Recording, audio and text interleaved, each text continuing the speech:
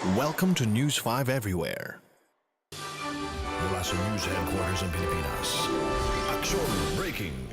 Samantala, nananatili pa rin hanggang ngayon sa evacuation center ang may 300 pamilyang nasunugan sa Botanical Garden sa Makati noong Huwebes. Nagtitiis na lang daw muna ang mga residente kahit inuulan sila sa kanilang pansamantalang tinutuluyan. Wala pa raw kasing sinasabi ang lokal na pamahalaan ng Makati sa kung ano ang magiging plano sa kanila. Nakatutok naman daw ang Makati Health Department at ang social workers ng lungsod para tumugon sa pangangailangan ng mga nasunugan. Patuloy pa rin naman ang dating ng supply ng damit at pagkain na donasyon ng mga karating barangay.